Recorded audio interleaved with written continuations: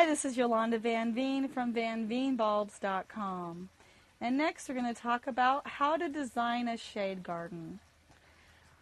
So we have areas in our garden that are really shady, and we want to turn it into a garden area, and we don't know what to do.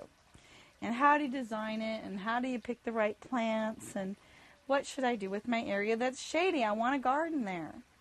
So my first rule of thumb is, if you have a shade garden and you have ferns and hostas or weeds coming up, then it'll be a great location for a shade garden because everything's growing there well as it is anyway.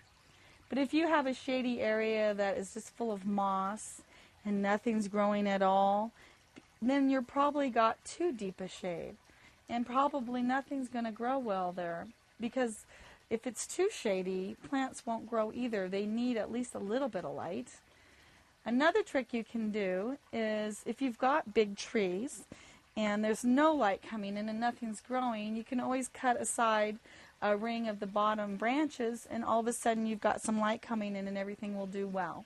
So before you'd even design your shade garden, you've got to decide if it's a good location for things to grow.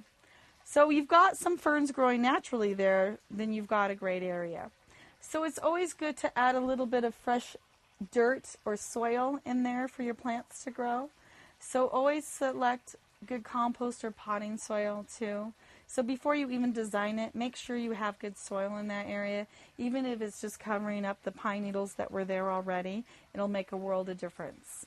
Also, you've got to make sure that you can water that area, because a lot of times the shade gardens don't get water in the wintertime because they've got the trees and you're not watering. So you've got to make sure, if you have a shade garden, that you can get water to it, because it will need some water in the summer and the winter for it to survive really well. So once you've got all those factors considered, then you can start selecting your plants. And different shade plants will do well in different conditions. And as long as you've got good soil and you're watering it well, almost any shade plant will grow there. So I just search the internet or go to different websites or talk to your different garden experts in your area, or different garden centers will give you lots of ideas. And start setting groups of plants in your shade areas. I always like to do like 3 in a triangle and different clumps of things that'll bloom at different times of the year. So you can always use snowflakes that love the shade that bloom in the spring, and mix them with white traditional calla lilies that bloom in the early summer. And then you've got fuchsias that bloom, and then hostas that bloom through the fall.